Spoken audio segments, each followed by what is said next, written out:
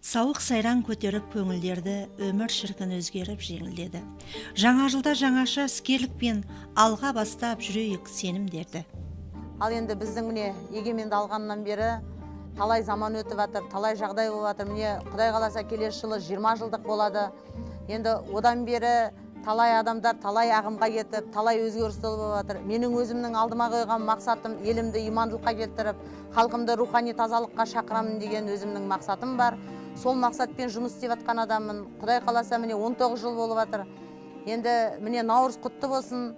Неше түрлі ағымға кетіп жатқан адамдарымыз хиджаб киіп, неше түрлі жағдайлармен жүріп жатыр.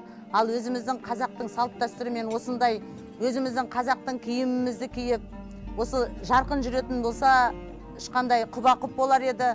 Өзбектерге қарасаң, өзбектің ала шапанын киіп, ала тақиясын киіп жүреді. Біз қазақтар намыстанамыз өзіміздің қазақтың салт дәстүрін киюге. Енді Наурыз құтты болсын. Ұлыстың ұлы күні Наурыз мерекесін өткізіп жатқан Ағананың ауылына арнайы ат басын тіреген Табип халық емшілер қауымдастығының президенті Әділхан Ерманов көпшілік Ағана атап кеткен Зейнеқамал қажы Қаржымбаеваны және Талғар қаласының емшісі Ерғазы Бағояновтарға алтын жүректі шипагер медалін беріп, арнайы марапаттады. Мына халықтар бір-бірін көрісіп, бір-біріне жақсылық тілеп,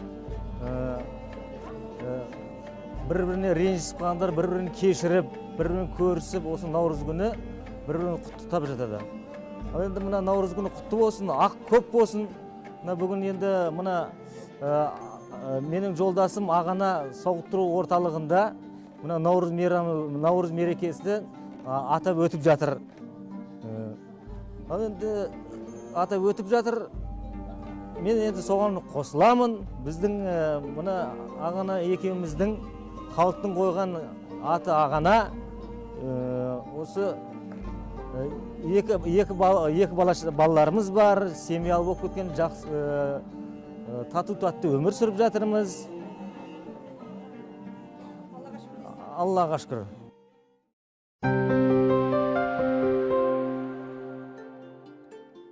Неке құрметті көрермендер, Наурыз мерекесі көңілді өтіп жатыр.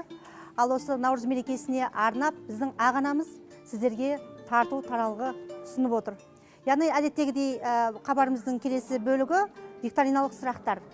Осы Наурыз мерекесінде Ағананың қойған екі сұрағына және Табип халық емшілер қауымдастығының президенті Әділхан Ермановтың қойған сұрағына жауап берген көрермендеріміз 3 минут ішінде байланыс телефондарына хабарласады.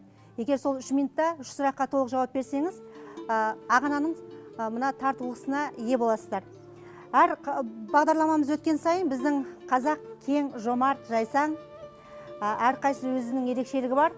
Ағана бүгін өте қымбат сыйды ұсынып алып келіп отыр. Алдарыңызда тұр мінекей тоңазытқыш, тамақ жылытқыш дейміз қазақша. Ал міне үйіңізді тазартып, шаңын соруға шаң сорғыш. Осындай 3 қымбат бағалы сыйды ұсынып отырған біз Ағанаға алғысымызды білдіреміз. Ендеше сұрақты тыңдалық. Қазақ халқының Наурыз десе осы кәрі құртаңынан бастап жүгірген жас балаға дейін еңбектеп осы қуанышпенен бір-біріне төс қағыстырып, бір-біріне ақ мол болсын деп, жаздан мынау қыстан аман-есен шыққанына көктемде көңілдері көтеріліп қалатын қазақтың өзі ежелгі дәстүрі. Бүгін біз мына Ағананың үлкен ғимаратының ішінде, сәулетті сарайдың ішінде керемет бір қазақтың қуанышына, Наурызына келгенімізге керемет бір әсерде тұрмыз. Соның ішінде осы кісінің халқына деген өзінің жасаған еңбегі, халқына деген құрметі, ол халықты рухани тазартумен қатар және материалдық та осындай Наурызды пайдаланып, бір-екі семья осындай бір шаң-сорғыш болсын, мынандай қыздыратын дүние, мынандай қатыратын дүниелердің бәрін осы ақ көңілімен өзі ұсынып отыр. Сондықтан бірінші сұрақ. Ақтанберді жыраудың бір жырында Алғайдың құба жонында жайылған қойым сыймаса деген бір қатар өлеңі бар. Осы қай өңірді мегзеп отыр. Сұлтан Ахметтің мешіті қай жерде орналасқан? Бөкей ханның жас әйелінің аты кім? Сонымен құрметті көрермендер, сұрақты тағы да қайталап өтейін. Бірінші сұрақ: Алғайдың құба жолында жайылған қайым сыймаса. Бұл өлең қай облыстыққа арналған? Қандай табиғатына? Ал екінші сұрақ: Бөкей ханның жас әйелінің есімі кім? Үшінші сұрақ: Сұлтан Ахмет мешіті қай елде?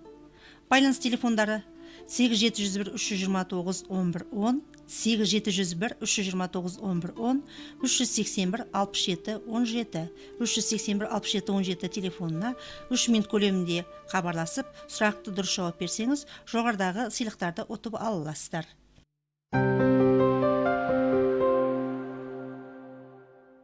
Қазақтың дәстүрлі музыкалық аспаптары халқымыздың тұрмысы мен тіршілігі, қам қарекетіндегі, салт дәстүрі мен дүние танымындағы, тарихы мен өнеріндегі бірегей заттық мұрасы, рухани мәдени байлығы.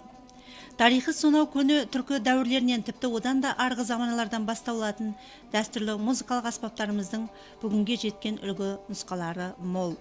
Осы көнеден келе жатқан музыка аспаптарын сақтап отырған Қазақтың Республикалық халық музыка аспаптары мұражайының жанынан құралған Тұран этнотобының мүшелерімен сұхбаттасқан едік. Барша түркі халқын, қазақ халқын осы ұлыстың ұлы күнімен, Наурыз мерекесімен құттықтаймыз. Тұран этнофольклорлық ансамблінің атынан. Әрине, әр қазақ үшін, әр түркі ата-бабам түркі, ата-бабам қазақ деген жан үшін бұл мереке өте маңызды. Себебі жаңа жыл келді, көктем келді, құлпырып гүл бәйшектер бүршік атты демекші. Жылда біз биыл енді Қазақстандамыз, Алматыдамыз. Жылда бәріміз бірге қарсы алатынбыз Наурызды.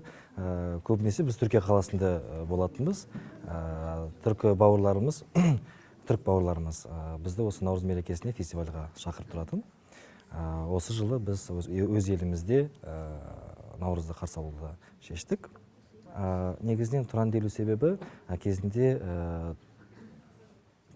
Тұран және Иран деген бір үлкен өркениет болған екен. Біреуінде Иранда араб, парсы елдер тұрған болса, Тұранда түркі елдер мекендеген екен. Осы Қазақстан жері біздің Қызылорда орталығы болып табылады. Кезінде Тұран ойпаты болып аталған. Сол үшін киіміміз, орындайтын музыкамыз сондай көне болғандықтан, таза ұлттық көне ұлттық аспаптарда ойнайтын болғандықтан, өзімізді осы Тұран деп атауды жөн көрдік. Наурыз құтты болсын!